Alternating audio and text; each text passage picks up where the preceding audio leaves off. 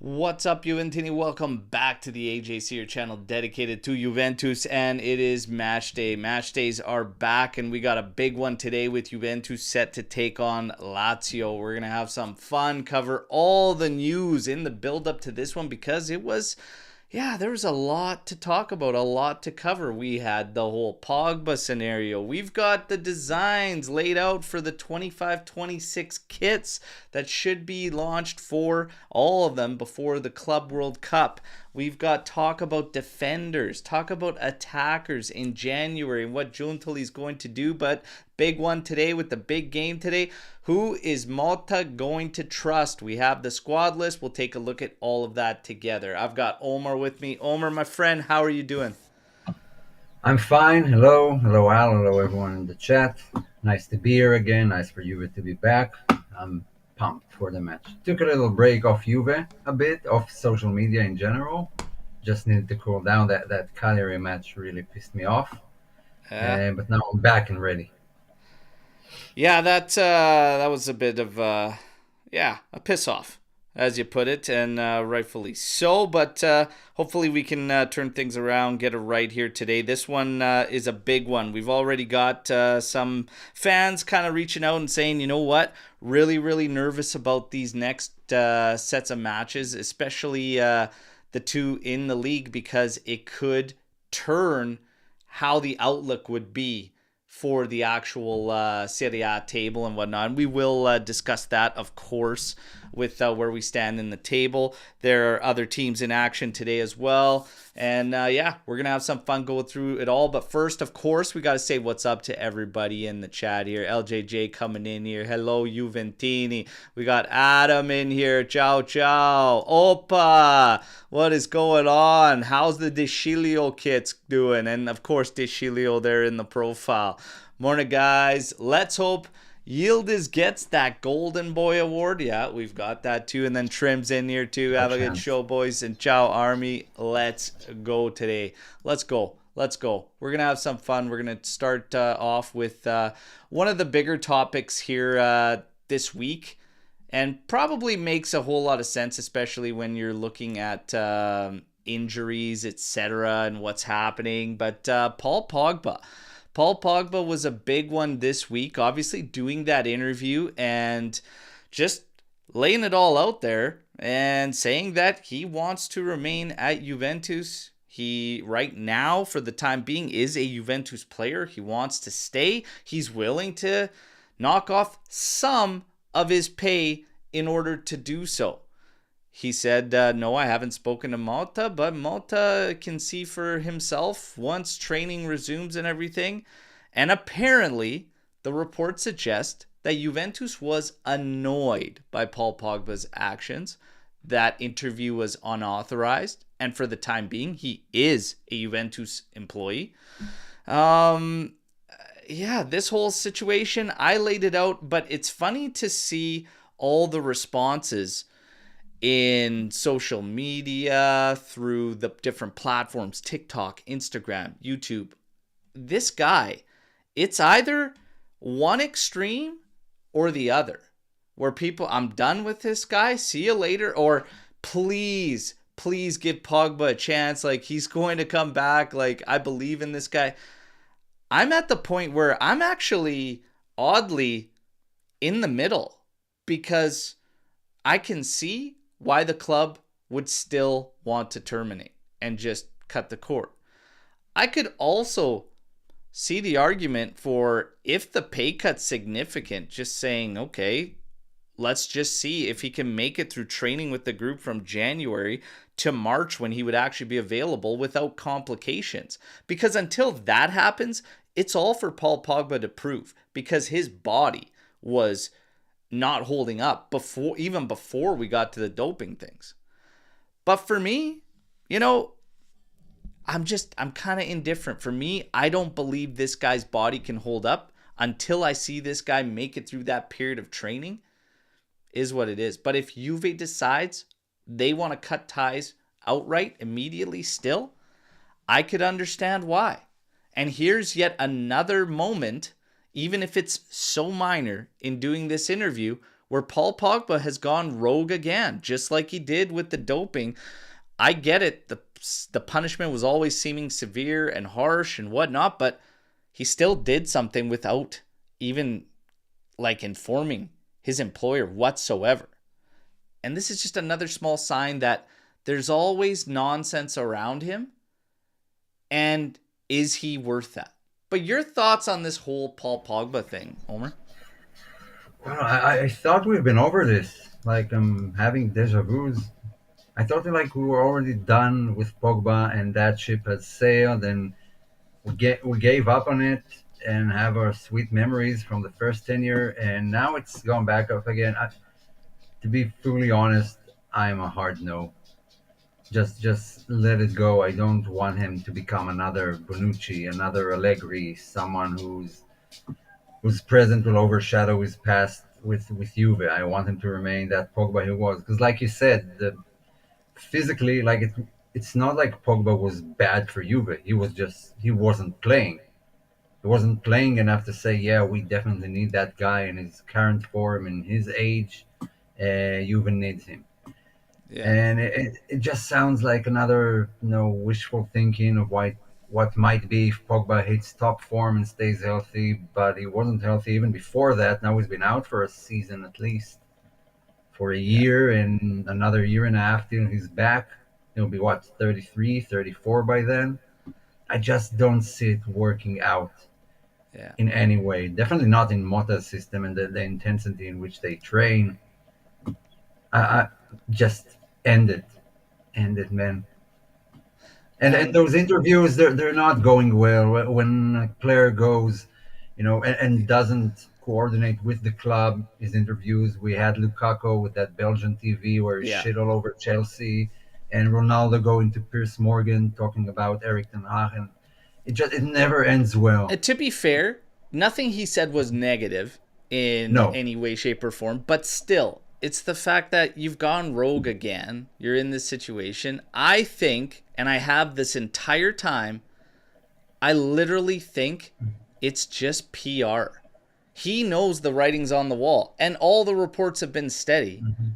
They've been in discussions to terminate the contract. This, for me, is a guy just trying to save face with the fan base or try to just clean it up a little bit for what has been nothing short of a disastrous return.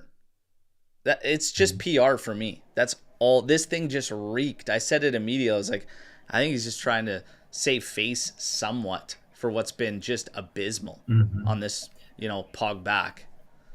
I don't know, something smells about it. Like they already took his number. It seems like the club has already let him go. And what's the role that he wants to have with Juve? Is he okay being a bench player? Because Juve just spent almost 100 million on players to occupy those roles. Yeah. And so what's going on with that now? But I don't Balzarini, know.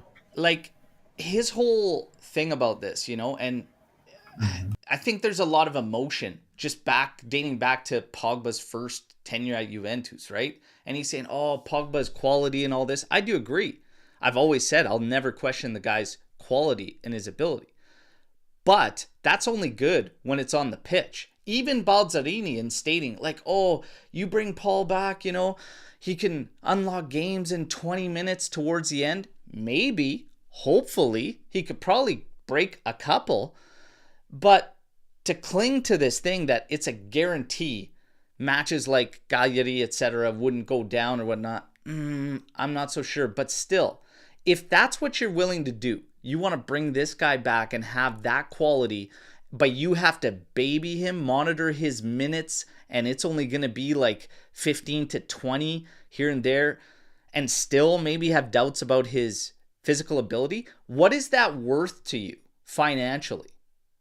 That's my first question is what, like, because I had to laugh. I go, okay, Balzarini, you're making this huge case on this post, but what's that worth to you financially? Because right now, he's going to be at what, 10 million euros? So what is that worth to you? And then ask yourself the question, is Paul going to accept that? Because it's great for him to say, I would take some money off to stay at Juventus. Some is very vague. Because if you're going to play that role, Giuntoli's already set the tone on finances. And we haven't seen him sign somebody 30 plus. We haven't seen him sign somebody 30 plus to know what he wants in that price range. With Pogba, if that was going to be this luxury type player, what is that? Like 2 million a year, 2.5 million a year? What's that worth to you? For me, it's low. If we're going to sign a guy knowing we got to monitor minutes and it's going to be like a 20-minute a game thing, man. So what happens in injuries? You still almost can't even bank on this guy. I'm thinking Yeah. it's worth 3 million max. Would Paul accept that? My immediate reaction is no. No, I don't think so as well. He's a very expensive bench player, Yeah. if that's the deal. Yeah. I mean, because he's not getting back into the starting 11. There are just too many question marks about it. Will he be Way fit? too What's the many salary? factors. And yes, so the more factors we have, the bigger the gamble is. And I don't think you were in a position to gamble away their money right now Yeah. after everything they've done. It's too big a risk. I understand the emotions with Paul Pogba and everything, and I'll always like the guy. It has nothing to do with him emotionally. I'll always like him. And I see comparisons with Fagioli. And I said the same thing when Fagioli did what he did. Number one, sometimes people get funny in dealing with something that is an addiction versus Paul, who just physically can't stay fit and then had a doping problem, which again, he circumnavigates. So I'm not going to get into which was worse or whatnot. However, I said the same thing for Fagioli. He should count his lucky stars because I would have understood if Juve terminated him as well based on what happened.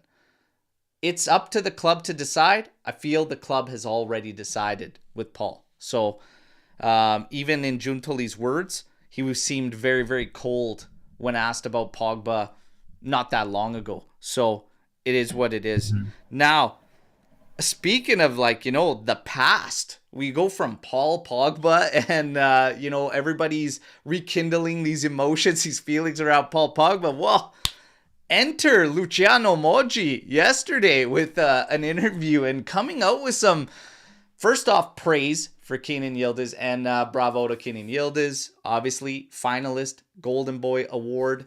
And that's an honor on its own. Whether he wins it or not would be fantastic. But I think we know probably, one or two of the names that should probably take that thing. I'm not going to get into who deserves it, whatnot. But he gets a lot of praise from Luciano Moggi. And rightfully so. We're going to talk more about Yildiz a little bit later. But Moggi goes in on Koopmeiners and Luis. And when it comes to Koopmeiners, calling him out, saying he's not a leader. It says the team's looking to him in certain scenarios and he's just not always there.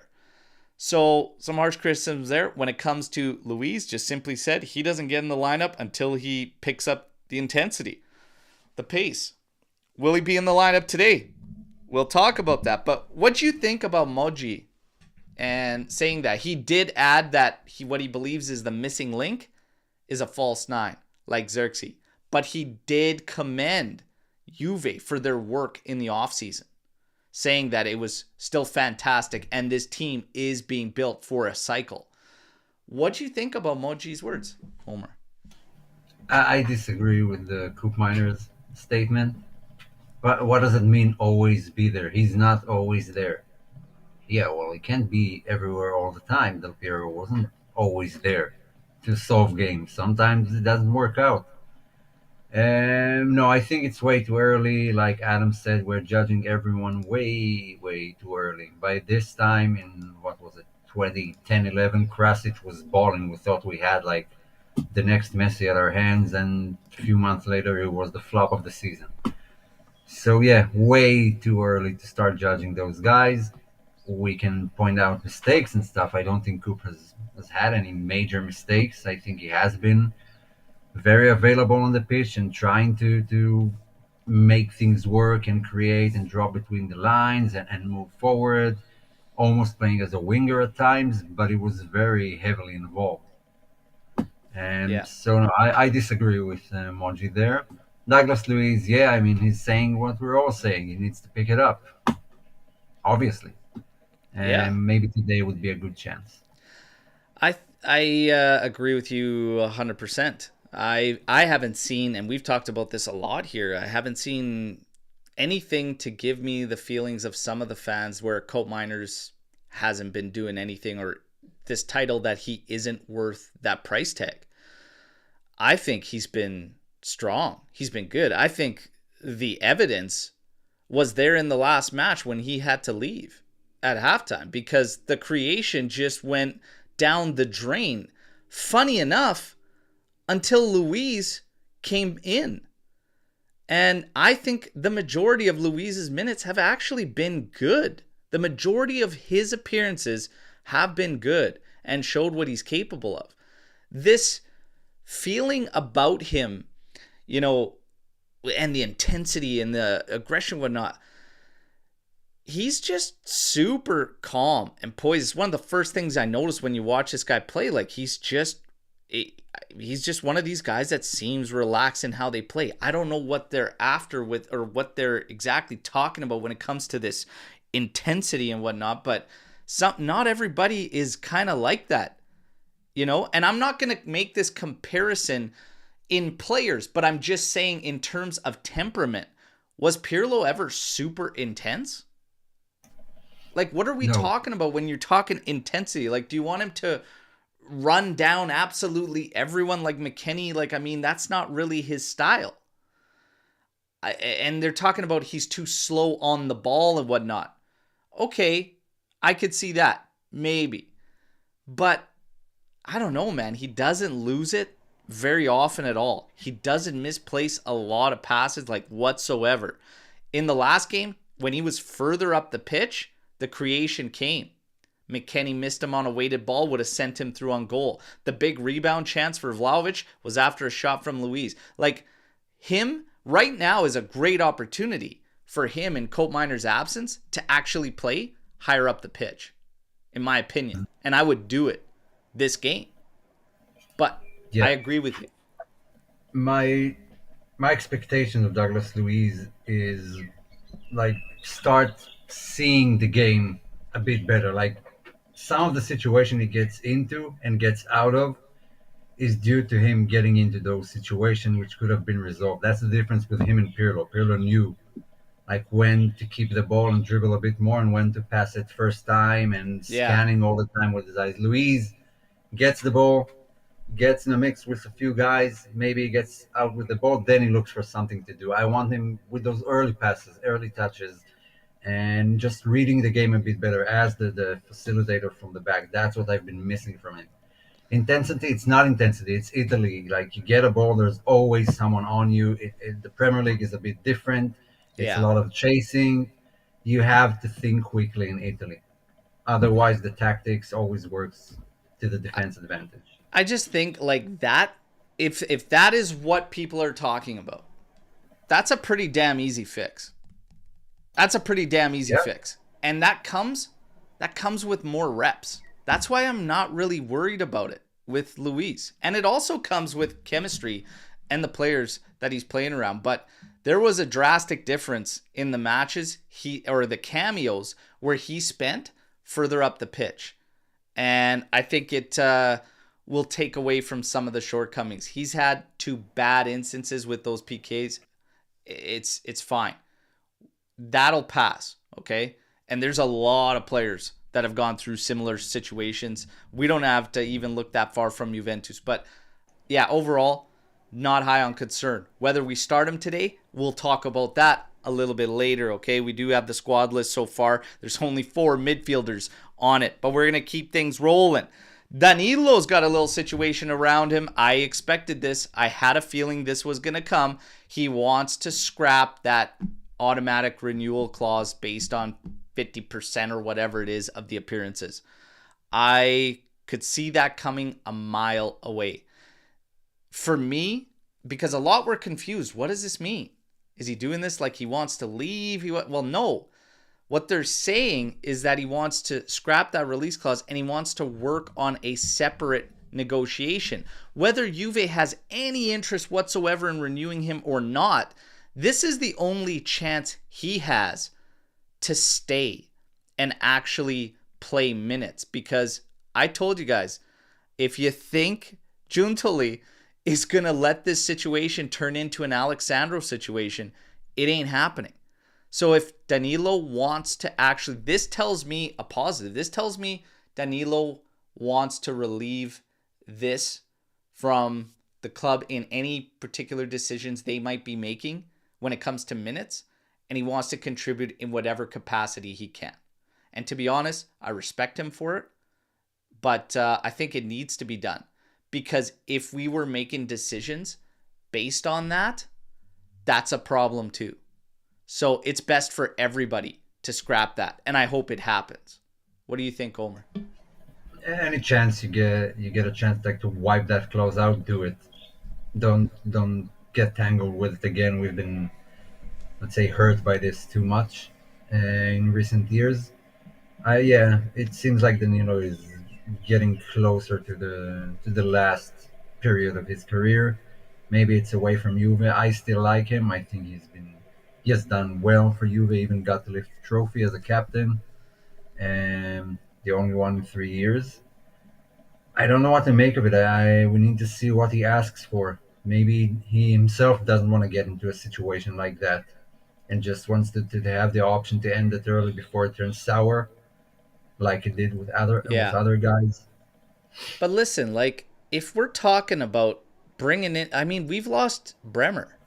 I'm not saying Danilo right now in his current form, because it is dropping and we could see that. I'm not saying he's the immediate replacement, but if you're looking at bringing defenders in January, why on earth would we look at saying goodbye to Danilo in January? Like, Oh no, absolutely not. Don't say goodbye to clean January. the clause up, because that's what the route it was heading, is to the point where Danilo's contemplating potentially a change. We were hearing that a lot, just to get somewhere in a better situation that could find himself playing. If we're looking at that and you've got Bremer on the shelf for the season, this is a no-brainer to just work with Danilo, get rid of this thing, and just see it out at season's end.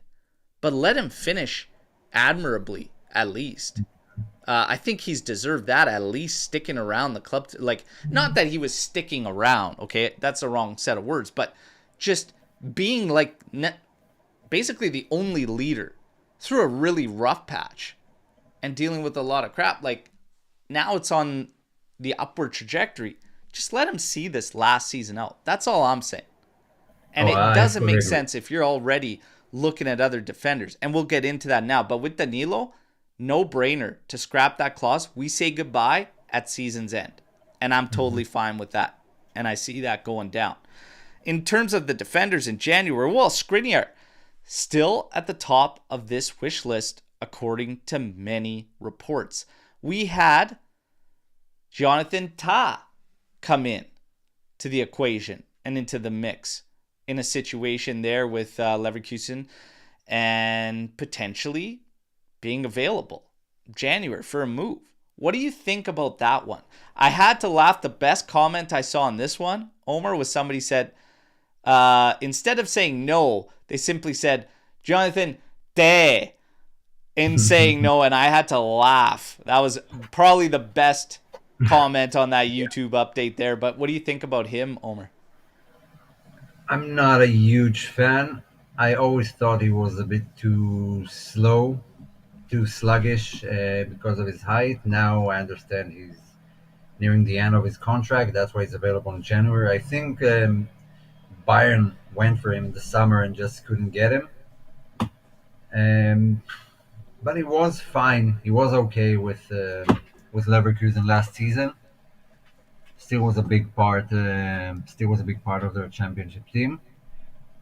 I know I'm not a huge fan of him.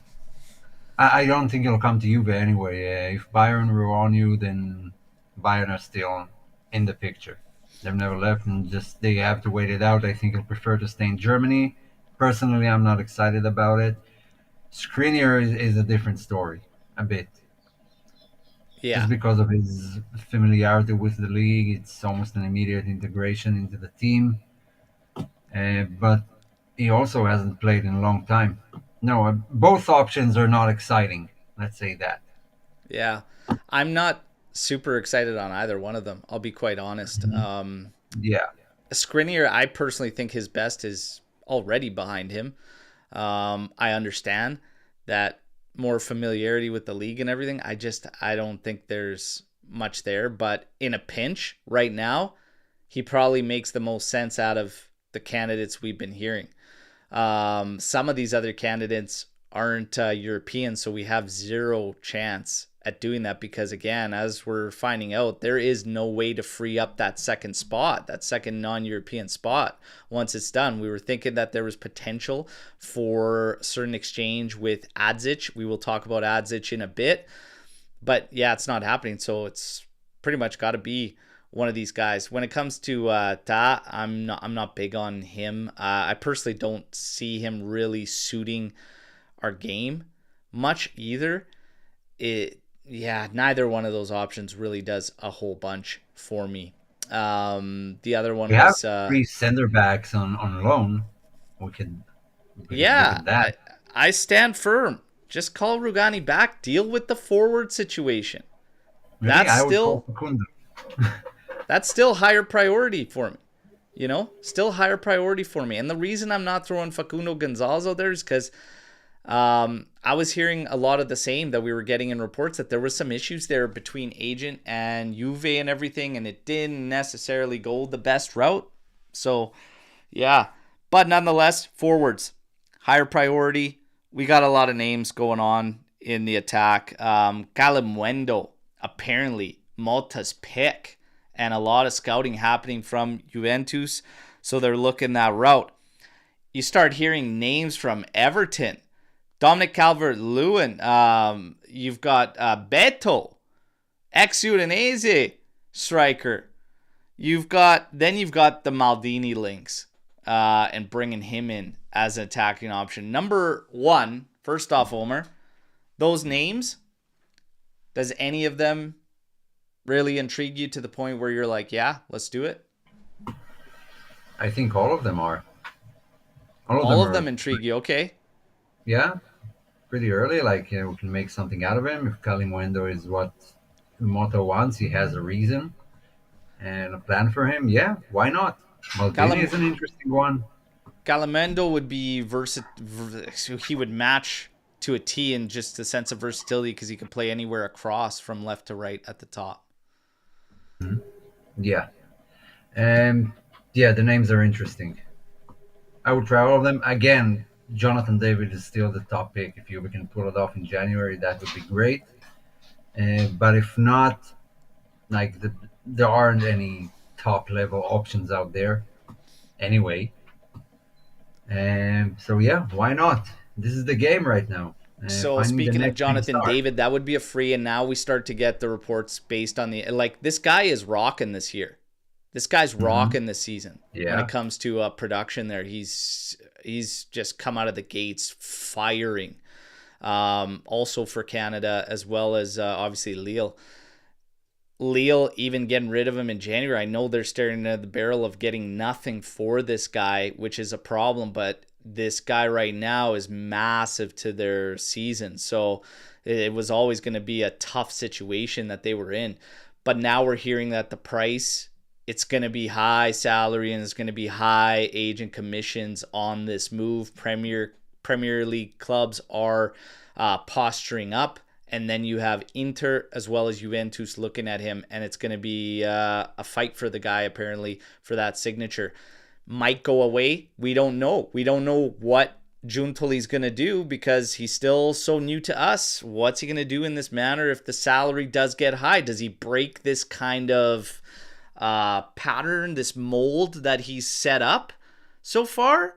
Time will tell. But Jonathan David, yeah, he would be a great option in the attack for Juve. I don't know if he's ready to be that guy, but as one of the pieces, yeah, I think for sure he could offer something, but I don't know if he's ready for the guy at a big club.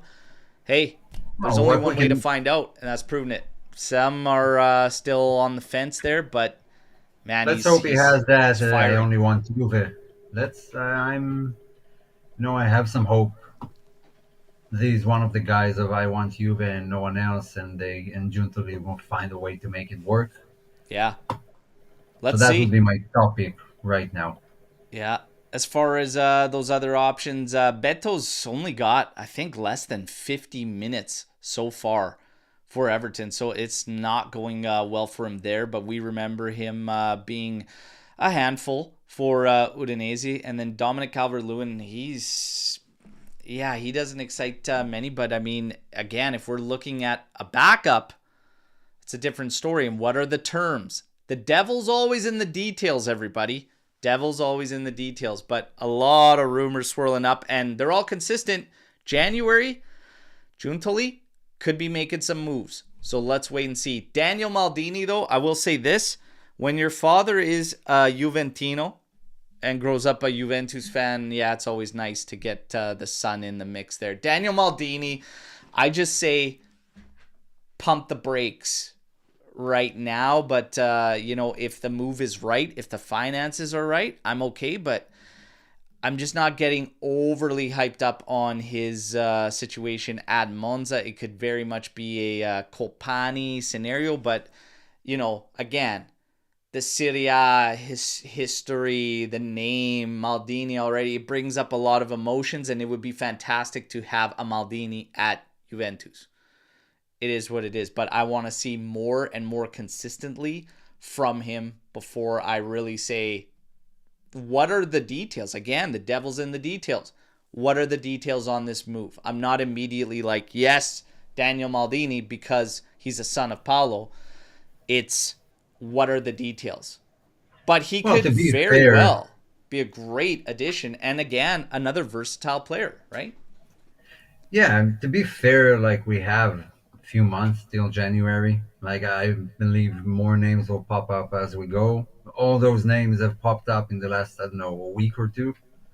Yeah. And so in a few months we'll have some more, and some guys will have more appearances under their belt, and more claim to why Juve should buy them as sub strikers. So I want to give it a bit more time, and this is it's still very early in the season to make a Yeah. decision like that. Absolutely. Absolutely. Now, we're going to shift it a bit right before we get into Juve Lazio. We got to talk kits, you guys know. I'm a kit guy, okay? We get the designs for the 25-26 kits that will be released in time to all be out there for the Club World Cup. I created these mock-ups based off the promo material from Adidas that I saw. These are rough mock-ups, but this is why we discuss it. I'll give you all the details. I already know what everyone's going to say on social media when they look at the photos we posted, even though I clearly in bold text put these are rough mock-ups just to give you an idea more so of the colors than the actual patterns. But we're going to go through it all together, and I'll tell you right now. Okay, so we're going to kick things off with the home. 25-26 home. Barcode style striping, okay? So, again, this is really rough, but that is, in fact, what was on the promo material. So you have a little stripe there right by that left armpit there. You've got two on the inside, on the center in different sizes. It looks like a barcode. I'm not sure why they went barcode style. What you don't see in this, because of the promo material, they needed to spare a few more pixels, okay? It's very blurry, but there could be pink lines in between all those, so pink vertical lines in between all of those stripes as well. And it's a lighter pink than what you see here, but this is essentially what we're looking at for the home, okay? The barcode stripes are very interesting, to say the least. I'm not the biggest fan. Omer, immediate reaction to the barcode striping? I thought we'll have a lot more uproar because of the barcode stuff, but I didn't see people hating on it too much. I personally don't like it. Like, keep the I stripes. personally don't like it either. I'm not. I'm not the biggest fan of the bar, but it's not the worst. It's definitely not the worst. I will say that. But it They can looks a always little go half. more Udinese than Juve. I don't know. It's a weird one. It's a weird one. Now, the away. So the away, keep in mind, this pattern is not actually what's on the kit. It's, if you think of like a pastel ocean mural, that is what I would explain as the pattern. It looks like ocean waves, okay? It is light blue like this. It has white accents. The logo, it like that is all spot on. The striping on the shoulders is yellow. It's yellow stripy Adidas stripes on the shoulder for whatever reason. The collar's different. It doesn't have that. And the shoulders aren't in that blue. They're actually carry on the pattern. But that's what we're looking at. Okay, we're looking at a Lazio kit as the away. I'm not a fan. I'm not a fan. I don't know. Yeah, that's the closest Lazio will ever be to being Juve. And yeah, the too bright for me. A bit more Beach. blue, a bit darker blue, and I'd like it more. Yeah, when you guys see it, it's beach vibes, 100%, 100%. Then we get to the away or the third. Hey, the retro logos are here to stay, at least for another season. Okay, you could see Love it. it's what? Love it. Yeah, it's dark. So in the mock-up again, it's black. I can't tell you. I know about the pattern on the light blue. Like I said on the home, I couldn't tell, but it appears there's pink striping in between there. On the third, I can't tell you what the pattern is because it's so dark. There might be a pattern in there as well. But it's also said to be kind of this wine, this dark wine color. Like it might have like a Merlot tinge to this off this black. It's kind of weird. We have to wait and see. But it's not straight up black. But there are white accents. There's gray and white around the collar as well. And as you could see, the trefoil logo from Adidas and the classic Juventus horse there is in white as well. But it's still going to be a sharp kit. Yeah, that's pretty much them, everybody. And they are going to release these things before Club World Cup, and all three will be out there.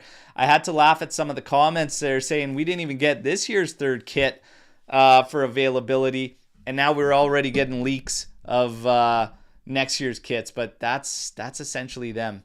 Not the strong. I thought this year very strong with the home and the third as well. Not the strongest follow-up for the home for me. The away is, well, light blue or this yellow, whatever, take your pick. The third's still going to be the highlight of the three, as it was, I think, this year.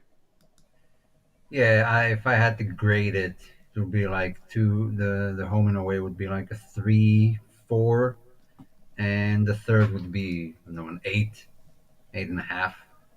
Yeah, I'd have to go first. I don't know if I'd go that low. I'd probably put it at, and I still want to see like all the highlights on there with the pink striping and like, does it just surround the black? Like there's a lot of factors could change it. I'm still thinking it's going to be somewhere around a 5 or 6 for me out of 10. The away, other than the fact it completely brings Lazio to mind, which should deduct a lot. Like, it really, Adidas, like, it really should deduct a lot that you're putting Lazio in my mind looking at a Juve kit. But, yeah, maybe a 4, 3 or 4. The third's going to be another 8 or 9 out of 10, for sure. For sure. Now, we got to talk injuries. We had some scares going into this game. We're getting to the nitty-gritty now, ready to tackle Juve Lazio. So, again, Fagioli suffered a knock, was in doubt. He does make it to the squad list. As we mentioned, there are 4 midfielders on this squad list for today's game. And they are Locatelli, Thuram, Fagioli makes it in there, and Douglas Luiz. Get a lot of talk right now. A lot of the talk is around injuries and just J Medical and what are we doing. I'll be quite honest. I'm looking around at other clubs and it kind of seems like everybody's really struggling right now. Like if you go to if you want to just look at top sides, you can go across all the top sides, all the teams that are playing more games than just the one competition teams, and everybody's got somebody that's on a long-term injury. Most of them have minimum 2 on long-term injuries, and you have a lot of little ones mixed in there. I know we've been dealing with this every year. I'm not so sure if we're looking as closely with all these other clubs year in, year out, but right now, it looks very similar to a lot of the teams out there. And you can go through the list of those big teams. They all have guys. So City's got Rodri. They have another player, not a well-known commodity by any means. That's on a long term. They have 2 on long term. They have some smaller ones. Real Madrid has Alaba, who's not coming back till January. They have Carvajal, who's just gone down. Those are both long-term ones. And they have another one scattered in there, another 2. You've got, the list goes on. I mean, I think it's more so just maybe overload. But Yeah. everybody's dealing with it to a certain degree. I'm not so sure that we are, in fact, the worst. What do you think, Omer? So we're definitely up there. Just the amount of important player we lost. Yeah, maybe that's the culmination of just almost 4 years with just absolutely no rest since COVID. Basically, we've Yeah, had tournaments, we've had wild schedule, mid-season World Cup, and now they're just adding more and more. Ironically, Rodri already talked about players going on strike, something that they'll have to do if it keeps going on like this. Now we have Nations League. Is anyone even interested? yeah, I'm definitely not. Just too much. And eventually, yeah, we're paying the price because our team is missing a lot of good players because we're a top team. If I go to the stadium now, it's a gamble. It's a gamble. I'm paying to see the best players play, and so far, there's no guarantee you're going to get that yeah. just because of the I'm. amount of games. So I, it's a I think problem when, across Europe. It's not a Juve problem. and I think when you look at the injuries, that's usually more so what I'm looking at. I think still, in terms of muscular injuries, I think we're down to what we were talking, because everybody's saying, well, even when we weren't in Europe, we had a lot of injuries. Yes. I'm looking more at muscular. Like, again, Fagioli took a knock in training with the Azzurri. That's not a J medical thing. Koopmeiners took a blow to the ribs. That's not a J medical thing, you know? Um, Knees, well, knees are a big discussion with ACLs. And like I told you, now that I'm going through it, I'm really quizzing my surgeon and everything, and it's just like, what's the deal? Was it my lack of preparation for games? Like, do I didn't need to do more? Is it the pitch we're playing on? Like, what he goes, honestly, he goes, nobody still has pinpointed why such an increase in ACL injuries. All he said is that for years now, the focus has shifted from prevention, or excuse me, from recovery, from treatment to prevention, and trying to figure out what exactly it is. It's exactly like Skanga puts it, it's a crapshoot. So if I'm looking at all these things with Juve right now, I don't really know. If it was constant muscular stuff, okay, we gotta look at things. But it really isn't. It's a lot of just blows here and there that suck. McKennie, he's got a muscular injury, but he's also expected back immediately. So 1 game missed, this one.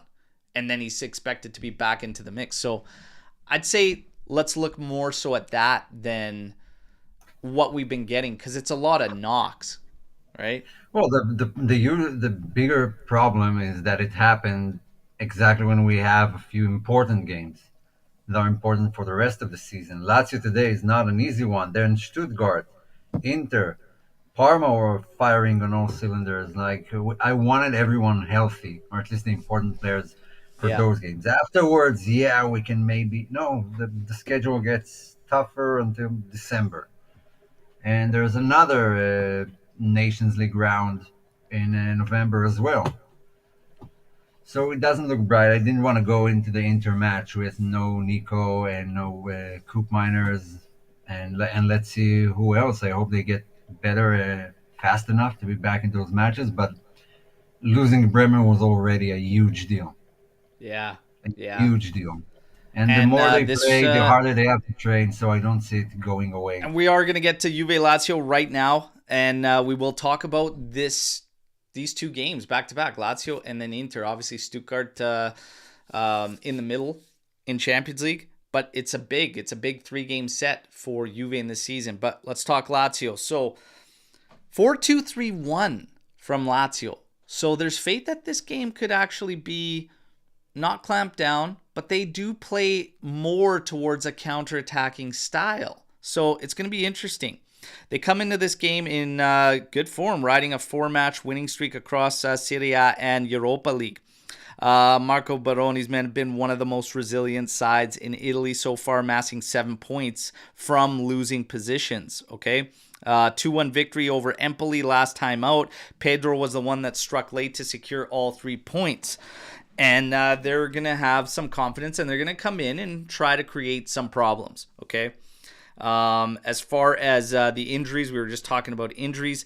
Baroni has been relatively fortunate for availability. There's only one confirmed absentee, and that's Manuel Lazzari with a thigh injury. There is concerns over Guendouzi. He might not actually be in there. He suffered an issue with his toe on international duty with France.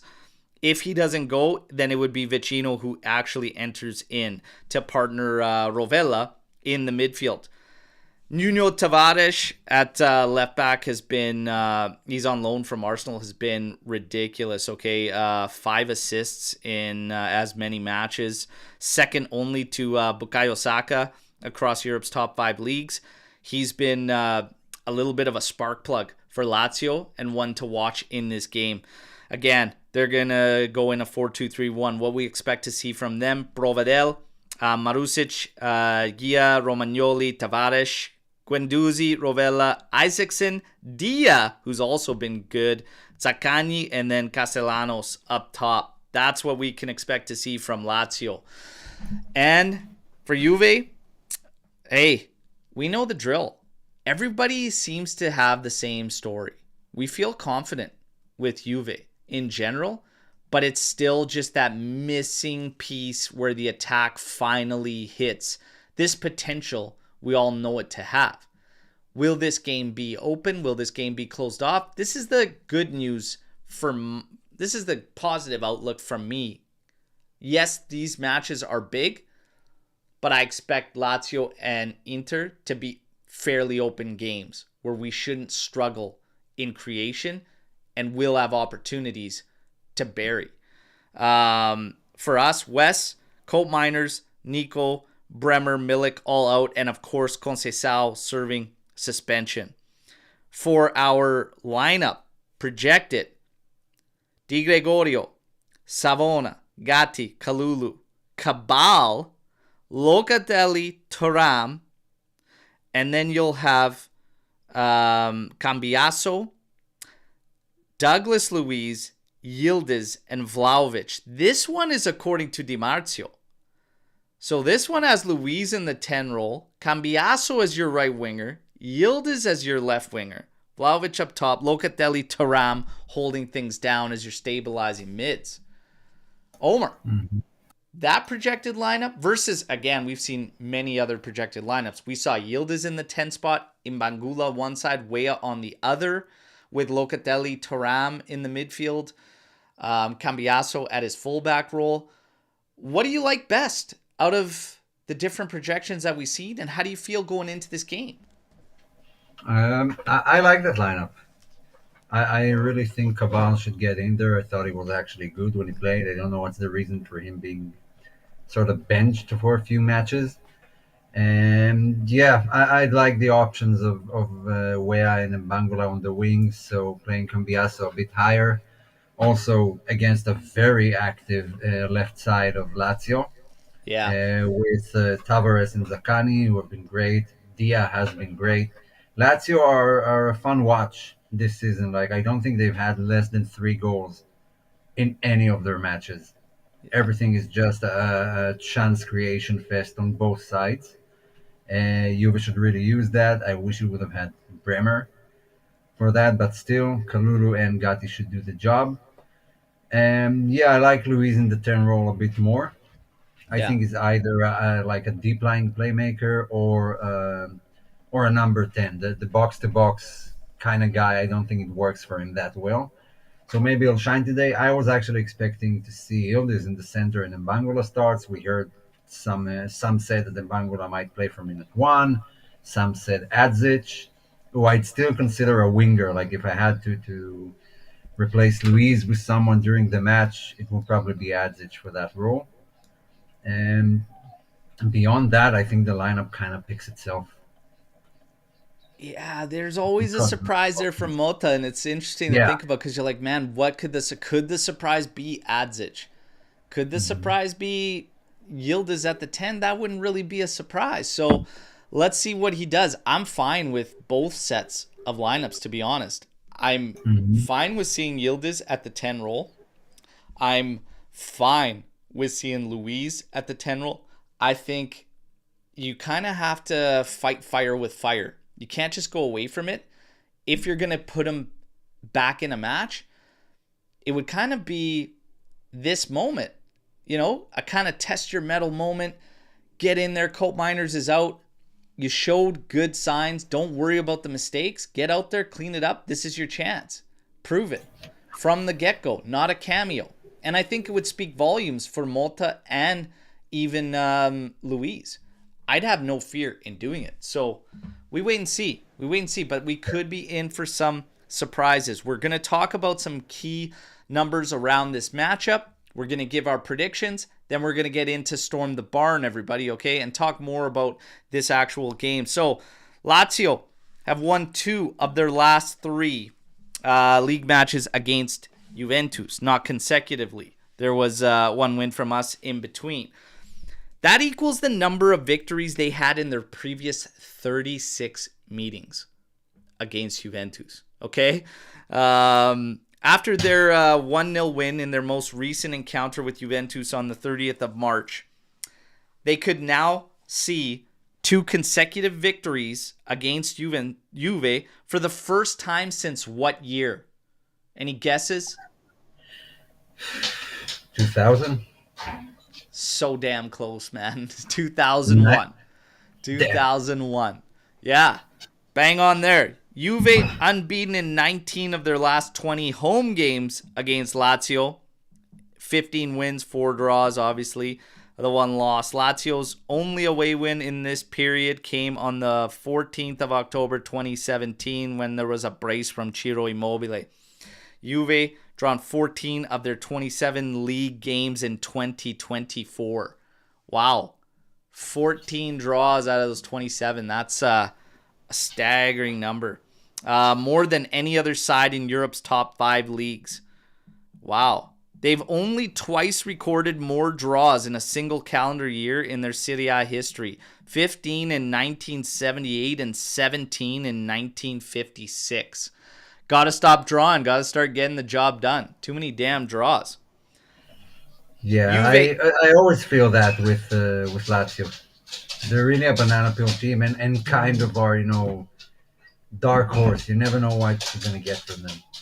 Yeah. And yeah, I'm worried a bit. Wow. So, again, speaking of draws, we've drawn last 3 league matches at Allianz Stadium. By the way, set to be a packed house today. Place should be rocking. Get those likes up, everybody, okay? And 3 draws consecutively in their last 3 league matches at Allianz Stadium. They have only drawn 4 home games in a row 3 times in their Serie A history. Do we have any guesses on the years, the seasons that they've done that? Say it again. 4 straight consecutive draws at home has only happened 3 times in their history for Juve. We have a chance to do it again this year with this game. 3 seasons that's happened in their entire history. 4 straight home draws. Oh, those will be absolute guesses. I have no idea. Oh, I can guess one. I guess one was in 2011-12. We had a lot of draws that season. You would think, and yes, what even coming in with that guess, not 2011 Hmm. 12. Couple Okay. seasons earlier, 2009, and Okay. then 2006, and then 1990. Those were the seasons where we actually drew 4 straight at home. Hopefully, we don't add the 24-25 season, okay? Let's get the job done and take care of business today. It's time for the prediction challenge. You guys know the drill. Final score and 2 tiebreakers. Time to put our money where our mouth is. So, Omer, why don't you kick things off and give us the honor? I want to go with 3-2. 3-2. 3. Yeah, I think we'll have a lot of goals today. Maybe 2-2. Nah. 3-2. Juve. All right. What do you want for your tiebreakers? Tiebreakers. Debut goal for someone. Debut goal. Yeah, and the set piece goal. Okay. Well, I always make that bet. It's not fair. Eventually, I'll get it right. And third one. Third one. Someone scores a brace. Okay. All right. Yesterday, so for those of you who saw the video I did with our good friend from Kicks and Picks podcast, Nick Diani, the guy's an absolute beauty. He does happen to be a Lazio fan. We don't hold that against him. We did a fun little behind enemy lines, getting ready. I'm getting into this one, and all I said on that video was Juve wins. I got to stay consistent because I said the month of October, Juve will not lose. Will not lose. We don't lose today, okay? Good sign, it's not a 3:30 a.m. match my time, okay? Because we got a brutal record at 3:30 a.m. my time, okay? I am bringing you guys a watch along. Remember, 20 minutes before kickoff, we are right back here live getting ready for this game. My prediction, 3-1 Juventus, okay? There will be goals. This will be an open game. Lazio will get their chances. Lazio will score. But I see us bagging 3. 3-1. I will say that due to the relatively openness of this match, we will see ourselves getting a PK. One comes from PK. That means Vlahovic will step up. Vlahovic will be one of my goal scorers. Okay? So 3-1, PK goal, Vlahovic. Predictions in. I do have to say this. Speaking of set piece, as you predicted, one being a set piece goal, we got into a discussion on the AJC Army chat there, our members chat and everything. We were talking just about this Juve in general. And I just had to talk about my actual feelings around this Juve. And part of the struggles, I think, that come with this low block and everything, it's just we are very cute. I think we play a very cute game. I need a little bit more intensity, a little more grit, a little bit more. I need them to be pricks a little bit more. I need them to be assholes. Get a little meaner. Get some ugly goals. What happened to this set piece dominance from, a year, 2 years removed, and all of a sudden we don't look threatening whatsoever on a set piece? We still have guys with good physical stature that could create problems in there, but we don't get a sniff of set piece. We got to get a little bit uglier and be willing to sacrifice a bit more in those low block scenarios and just games in general, even the open games. I want to see us not be so cute. And maybe we just don't have that profile, but it does kind of tie into Vlahovic because I'm not making this solely about him, but I usually like to see one guy at the back like that and one guy at the front. One of the criticisms I've had with Vlahovic is him losing battles to defenders he should be able to physically impose himself on.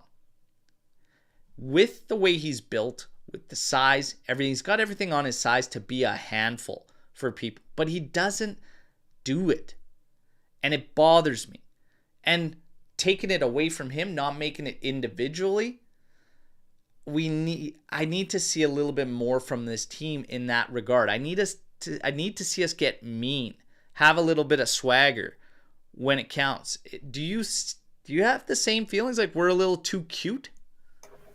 Yeah, I want to see more long shots. I think they're being a bit too cute, trying to get into the area and to the best possible XG scenario to score. Yeah, start banging, start shooting from a distance, start testing, start trying things that are a bit less predictable, especially against low blocks. Maybe today we'll have it a bit easier, attacking wise. But yeah, I can see why you'd say that, and I would probably agree. Yeah. Vlahovic, I, to be completely honest, I don't like talking about refs and stuff, but I think defenders gets way too easily, you know, with Vlahovic, he gets the calls against him more often than not, and defenders are allowed to hold him and jump on his back because of his size. He doesn't immediately fall down. He doesn't get the benefit of the doubt most of the time. I feel it's been a recurring theme for the past 2.5 seasons where defenders can just stand on his shoulders, pull his shirt from the back, and push him off the ball, and they get away with it. Yeah. So I'm not completely blaming it on him. I think it's been a bit unfair from what I've seen referees call for other teams, other strikers. I think Dushan has been singled out a bit. Yeah, I don't know. It's just I need to see more guys do it, and for our game, too cute. Just you're getting 60% possession against these teams. You can't walk away with two opportunities. Like you said, shoot when you have the line of sight on goal.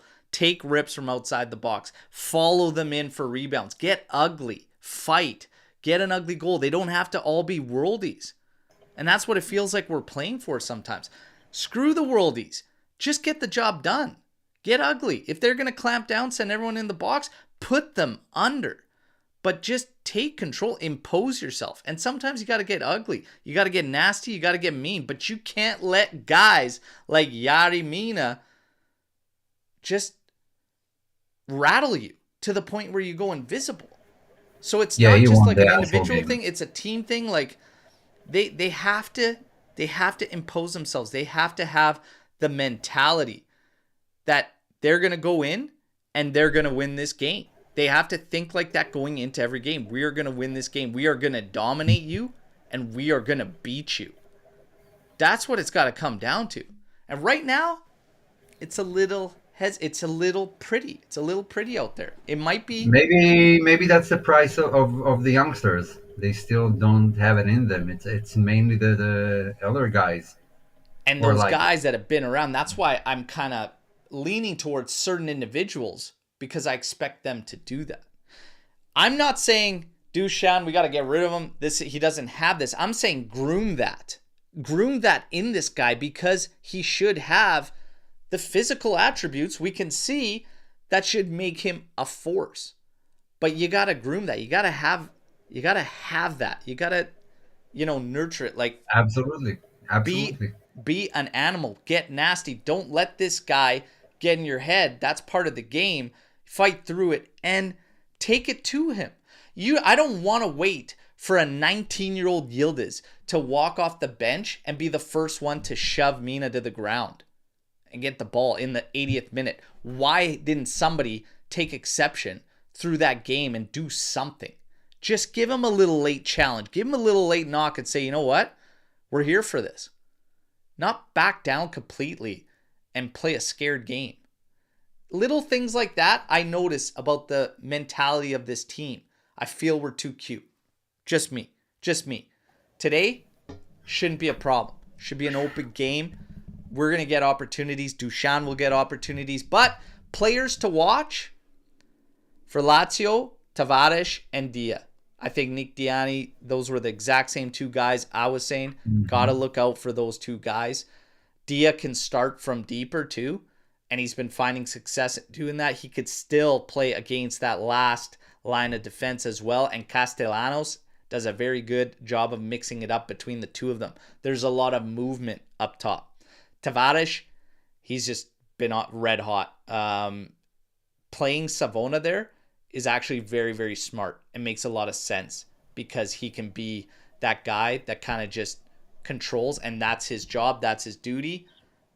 Simply making sure that left side for Lazio is clamped down. I like that. That's why I Okay? like the back four. They're a bit Yeah, more aggressive defensively. Like Cambiaso is the kind of player who leaves gaps. yeah, Cabal is a bit more aggressive and on his man, and is a more natural left back. And Savona as well. It doesn't feel like a youngster the way he's played so far. It doesn't seem like he's off pace, like he's playing with grown men. I like what I've seen from him, but he's very defensive oriented yeah. type of The fullback. the thing with Cambiaso being higher up in this game, which actually makes a lot of sense, is the fact that it is going to be open and we're going to have opportunities to transition against them very, very quickly.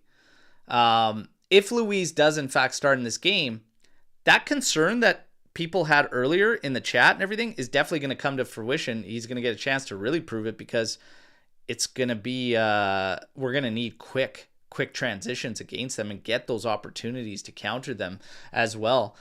Yeah, it would show a lot his way as well. So yeah, I think Luis should be getting the nod in this one. I would do that. I love the call on Savona at the back. I would also play Cabal, and I'm fine with Cambiaso moving further ahead. So yeah, let's see it. But for Juve, I actually, despite talking about all these guys, my key to this game in Koopmeiners' absence, I'm going to, whether you're 19 years old or not, Yildiz is going to be my key player for Juve. We're going to need the creation. We're going to need him to be on.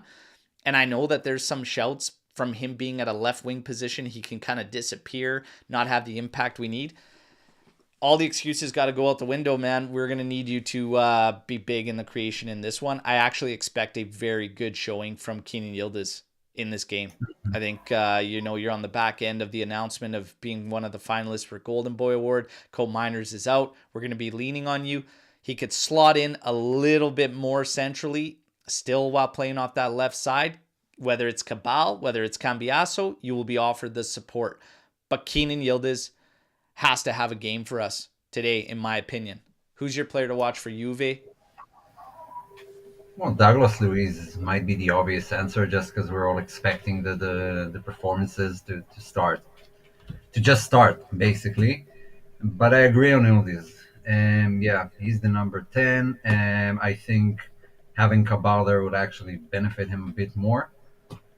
And besides that, Kefren Turam and Locatelli would be very important because of Lazio's style of play. So eyes on both of them, on that partnership specifically, because if it does click, and then it opens a lot of interesting, like if those guys lock those positions down for both of them, even rotating with McKennie, that kind of gives Fagioli, Koopmeiners, Douglas Luiz all like an option to play a bit further ahead Yeah. in that role, because it feels like Motta is kind of trying things for now to see who's better at what position with the Yeah. midfield.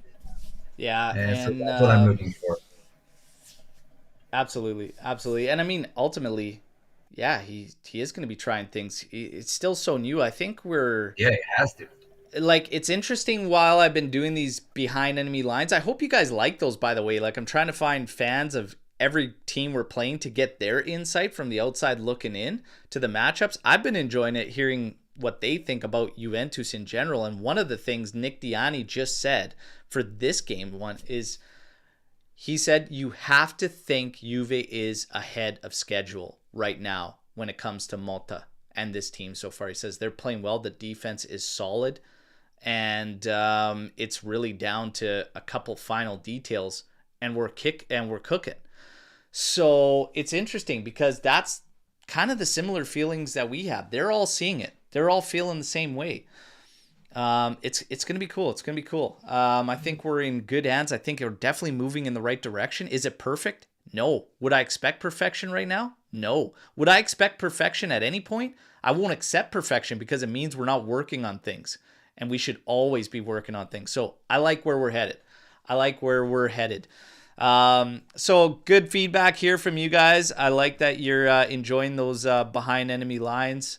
So George saying, yeah, they're pretty cool. Tuna steaks, loving them. Curious to see who we bring in for me. Yeah, we'll have to see about that one. To be honest, I gotta find a Stuttgart fan. So hey, shout out to Stuttgart fans. I need one of you to step up. Let's see. But yeah, Cambiaso. I want to talk on this guy. The versatility is massive. He came up in the last game podcast. We were talking about him and what his value is. Like, what's his value? Because he's this untouchable, figure. And there were offers coming in, very low figures, 35 million this past summer, etc. That Juve said no. They ended up extending Cambiaso. We all love Cambiaso. He's become quickly one of my favorite players on this team, if not my outright favorite player on this Juventus side. He's massive. There were some shouting that his value is like 70 million euros. Okay, great. I think he's around 50. But hey, make the claim whatever you want. But his interview, my God, man, if this guy doesn't show you like why he could be this the words, man, like, yes, I'm very happy. It's great to hear, that clubs like Real Madrid are looking for me. But Juventus is my Real Madrid. Holy shit. Frame that. Yeah, it's like he got the text from Umberto Agnelli, just exactly what he needed to say. Unbelievable, man. Just that's what I want to hear from a guy that you want to see thrive at Juventus for a very, very long time. I absolutely love that. And having guys like that feel that way, say things like that, like, number one, we all know this is his childhood club. We've seen the photos of him younger and whatnot. Locatelli's another one of those guys like that. Having these guys around is massive for maybe having others buy into that, think into that way, and talk to them about the history Juve holds in Italy and whatnot. But absolutely loved that. Absolutely loved that. This guy, yeah, I hope he can stay for a long time. However, those that are saying and making comparisons with Zambrotta, pump the brakes. Pump the brakes. But I hope that we can consider Cambiaso at one point the best in the world at his position. But which of those four positions would it be? This guy plays everywhere. It'd be fantastic. But man, Cambiaso, he might be my favorite player on the team. Yeah, I mean, he's an immediate fan favorite, isn't he? I get that. I've made the claim too that he's very reminiscent of Zambrotta and the way he played when he first arrived at Juve. Again, when I'm comparing a player to another player, it's depends what time in his career. I compared Kalulu to Thuram, not prime Thuram 2004, but a younger one. Same goes for Cambiaso. He's really been on fire lately, even for the Azzurri, and he's so smart tactically, the way he easily slots into positions. He takes risks, which Juve were kind of lacking. I wish more players took risks like he does. Great ball control, great dribbling, even has a nice shot on him at times, great crossing. Yeah. And yeah, what's not to like about Cambrotta. him? Did we just get a new nickname for Cambiaso? Look at that. Oh, yeah. I like it. Yeah, I like it All too. Right. Yeah, I know. He's Anyway, I mean, immediate fan favorite. Hard not to like the guy, even on the pitch. He's a bit of an asshole. He bugs the other team. He pushes the players a bit around, like all the stuff we like. Yeah, I do love a little bit of shithousery. I gotta admit. Yeah, I do love a little bit. My only concern, I have a big concern. Yeah, it's bad. Maybe called bad juju. He plays a lot. Yeah, he plays a lot for the Azzurri, for Juve, and I kind of fear for him getting a serious injury from the amount of minutes he's gotten so far, because it seems to be a theme with young players these days. I want them to like manage him a bit more. Yeah, he's playing a lot. Hopefully it Mhm. is nothing to be concerned with. But you always, the way things are going now, and us, our It's a history, constant fear. It's a constant fear with a it lot is a of players. constant fear. What did I say? International break. Just bring me our guys back healthy. That's all Yeah. I care. I couldn't care less about Nations League. Okay, I'll watch the Azzurri play because that's who I support, obviously. But Nations League, yeah, they could have got eliminated in whatever, and it's like, okay, it's Nations League. Make the next damn World Cup, please. Okay. Redundant. Now, Storm the Barn. We got Storm the Barn questions in. You guys know the drill. Fire away. And we got a little bit of time to tackle some of these. Will there be a return of call in shows after the games? Well, I've just been tackling the post match for a bit after the watch alongs and whatnot. But if people want to jump on, guys, it's fair game. It's fair game. Playback has taken a little bit of a back seat. There were some issues, that technical issues that they're still trying to work out with playback, because we were having people that were trying to send requests in that weren't making it in. So they've told me that was kind of sorted out now. Hopefully it is. We are going to get back into playback now that we're back in action. It's just, it's more time, and I'm trying my best to make it work. But that's the real call-in setup, is playback. The link is in the description to this video. So just click on there. It'll take you to the page. Join our room there. Whenever we do have shows there, they are all call-ins. But if you want to jump in for the post-match when I'm solo there, just shoot a message. We'll get you on. We'll get you on. Adam, if you could pick anyone that was sold this summer to come back to Juve, who would you pick? Who would benefit us the most? So out of the players we said goodbye to, who would you bring back? Hmm. Look, hard not to say Chiesa, Yeah, because everyone else has kind of been underwhelming. Like, we haven't lost anyone really important. So yeah, I think it has to be Chiesa. I'd probably go with Fede. Yeah. Actually, knowing what I know now with Bremer, I don't know. Maybe Hoysen. Maybe Hoysen or Facundo sticking around. Rugani. It might be someone on the back line, to be honest. I still have faith in the offense. Yeah. Yeah, it's still like I don't know. It's in hindsight because the Yeah. Bremer injury affects this answer a lot. Yeah.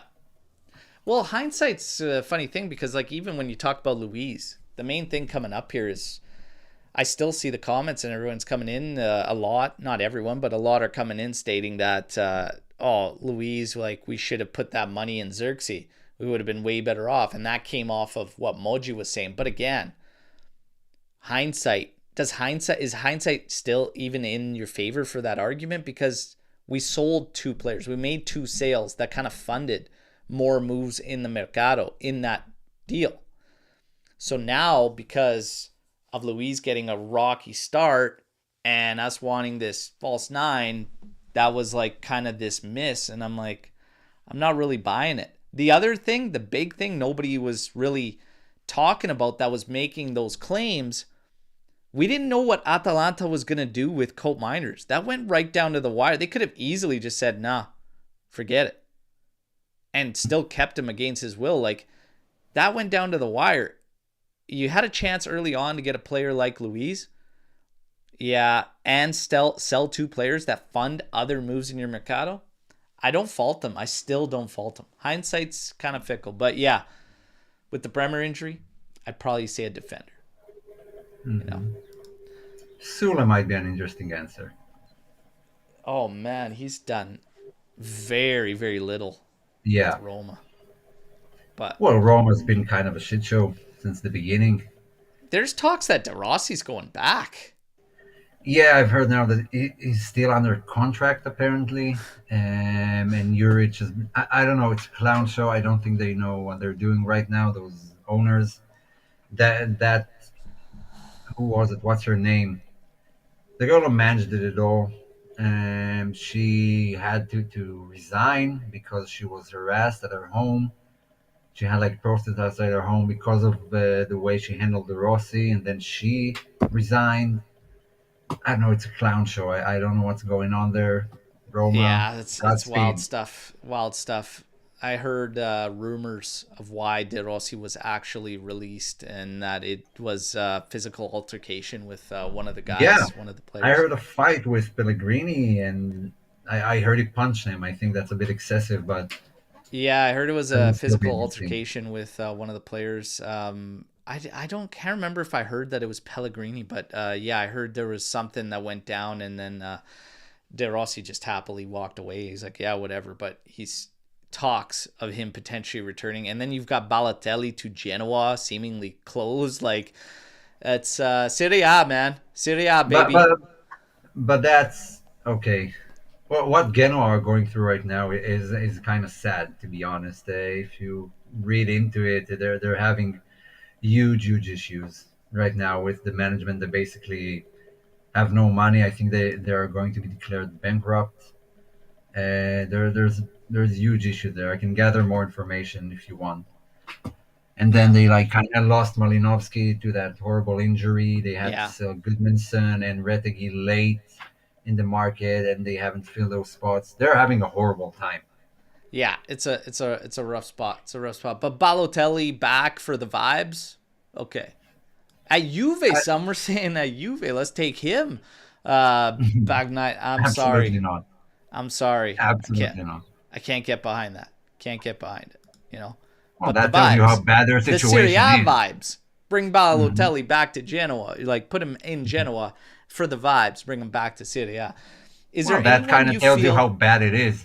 If you are looking at Balotelli, yeah, they know Is the there risks. anyone He's that you that bad. feel deserves more praise than they get? No, I think we've been praising everyone a lot from the beginning Accurately? of the season. Yeah, I have no Yeah, one I that. don't think that there's anybody that deserves more than what they're getting. I think it's pretty Yeah, even. I'd say it's pretty even keel right now. I don't think we need to go any higher on any of the guys. I don't think we need to go any lower on any of the guys that they've been getting. Still very early in the season. So I'd agree with you, Omer. I'd agree with you. yeah. Pick an Italian that you would bring to this team next summer. Would you pick a youngster like Ricci or Scalvini or a more experienced player like Tonali? So we could just pick any Italian player that we want to come into this team next summer. I'll tell you right off the bat, if it's like anyone, Tonali without question. I immediately take Tonali. Man, what a difference immediately jumping back into the Azzurri squad, eh? Holy. The guy is a beast. The guy has soul in him, and the fight and the bit of a shithousery, if you will. Yeah. He's an engine. He has that. He kind of reminds me of a bit more technical Gattuso in the way he plays. I I think he's really a phenomenal liked player. I really like Ricci. I really, really do. Um I do too. Richie is great. Just yeah, put it out there. I'd be happy with either one of those guys. But looking at our team, looking, midfield, would we go at the back end? There's some shouts there for Bastoni. It's an interesting discussion. I'm a midfielder by trade. I prefer. I'd always think to those guys, but yeah, Tonali was the first that jumped at me. Guy's crazy. Tuna. Balotelli, Capocagnaneri contender when he said no, No, no, no, absolutely not. no. Tuna. It's the vibes, buddy. It's the vibes. But yeah, we'll look at the so no Bastoni, Retegui. That's actually a decent shout. That's a decent shout. We wanted him as a backup, but we always said never saw that 30 million working out this past summer. But we were linked and look and whatnot. It would have been great. At the end of the day, I just wanted a backup striker to Vlahovic. Retegui's he's a for the Azzurri, man. I think he's the guy up top there. Like he's got, you talk about that attitude, you talk about that fight, like the moves the runs he's making, the sacrifice, like not scared to get dirty either and get into like positions where he knows he's taking a knock. Like he's doing it, and he's finding ways to contribute. I like him. I like him. Calafiori. Nobody said Calafiori for bringing in any Italian. Oh, Calafiori is a good answer as well. Calafiori is a good answer. Calafiori is a really good answer. Look, if you're going all Italians, I mean, DiMarco is a good option. Barella is a good option. Bastoni, obviously, just looking at them as players, yeah, they're great players. There's not a lot to say. And Donnarumma is still a good answer. I like Di Gregorio, man. I like him. I like Di Gregorio a lot. Yeah, I'm stoked on it. And the Marvel tattoo kind of does it for me too. That the Marvel sleeve tattoo. Yeah, that's it's a nice touch there, Di Gre. I appreciate it. I like it. I like it. Now, yeah, Lazio had a little trivia question this past week. Having a little fun, getting ready for the game, and I asked everybody if they could name me the last 5 transfers between the two clubs. Last 5 players. I don't know if you caught it, Omer, but can you actually name them? I didn't. I don't know if I can name them all. Okay. Let's start with Rovella. I think that's the latest one. Wow. From Lazio. Either way, like from Juve to Lazio or... Yeah, either way. Last 5. No. I'm blanking. I can't remember. Hernanes should be there. Not in the last 5. Wow, then I'm having a full blackout. So we got a fullback. Mm-hmm. Oh, okay. Luca, what's his name? Pellegrini? Yeah. Okay. Yes. So him, Rovella, you've got. Yeah. More hints. More hints. One, I don't even know how to tell you a hint. I'm just going to say new door. New door? Portanova. Portanova is one of them. Oh, yeah. Portanova, the guy who is in jail right now, right? Yeah. I think he was accused of manslaughter or something. Crazy, man. Crazy. Yeah. Well, if it's not Hernandez, then definitely not Lichtsteiner. Yeah, maybe Cáceres, maybe George is right. Cáceres. And funny enough, Lichtsteiner's the 5th. 2011-12. So how is not Hernandez? No, he's not in there. How could he not be in there? Maybe he didn't came from Lazio eventually? He didn't come from Lazio. Okay, let me check where he came from. Those are the last 5. But the best one, 43 million. Oh, he came from Inter. Wow. Yeah. Okay. The best, 43 million, 2001, Pavel Nedved. We saved him. Mm-hmm. We saved that man. All right? Mm-hmm. Saved that man. Brought him home where he needed to be. Nedved. But back in the day, there were a lot of players I would take from Lazio. Nesta immediately they had some comes to ballers mind. back in the day, no doubt. No doubt. Crespo was one of my favorites. Crespo was one of my favorites too. Yeah. Great player. But Nedved, man, oh. Fuck. Veron, Mendieta. Hey, 43 mil in 01 was big, man. That was huge. That was huge. Huge. You can see that by Buffon. What was Buffon's price tag, and how long did it take to eventually break that record? He was the most expensive goalkeeper for a long time. Oh yeah. I think only Kepa broke it with an 80 million transfer. Who? Kepa. I know. Yeah. Yeah. It's exactly it. And when we talk about Buffon and they talk about when people just want to talk about this guy in general, I have to laugh when anybody wants to put anyone anywhere remotely close to the GOAT, other than, Casillas, which makes sense. Give him a break. They don't know. Give him a break. I just can't do it, man. I can't give him the break. But 52 $52.8 million for Buffon in 2001. 52 million that held out for what, 20 till 2018? Yeah. Those are massive, man. Those are massive in 2001. You're spending like 100 mil on two guys, Nedved and Buffon, but oh my God, did they ever repay? Yeah, And then and some. what was Zidane like 68, if I remember correctly?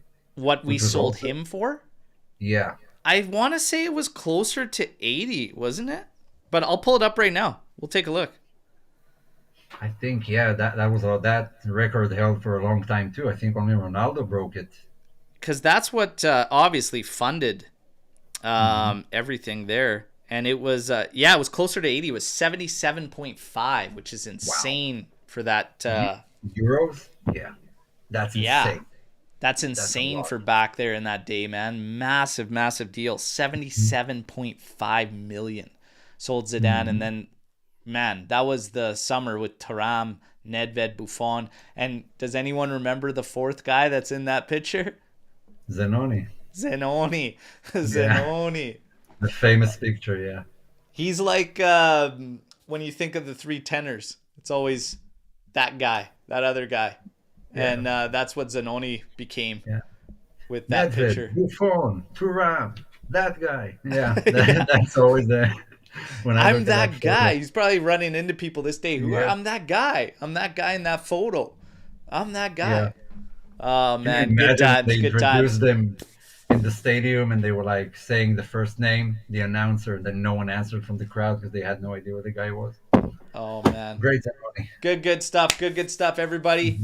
Do what you got to do. It's match day. We got a big one today. Juve Lazio. 20 minutes before kickoff. I hope to see you all back here. We're going to get ready, go through, see what Motta brings us for the lineup, okay? There's a lot of question marks there, a lot of different ways he can go. Let's see what happens. I'm absolutely stoked for this one. Hope to see you all back there. Drop a like on this. Hope you enjoyed the preview show, and we'll talk to you real soon. Omer, my friend, always an absolute pleasure. And I believe we will have you here for the post-match as well tomorrow. Hopefully, yeah. If we lose, then you don't have me. Okay. I'm kidding. Well, I don't anticipate that. We should have ourselves a victory Sunday, so hopefully that's the case. But we'll all reconvene 20 minutes before kickoff right back here. As always, fino alla fine. Forza Juventus. Ciao tutti, everybody. Talk real soon.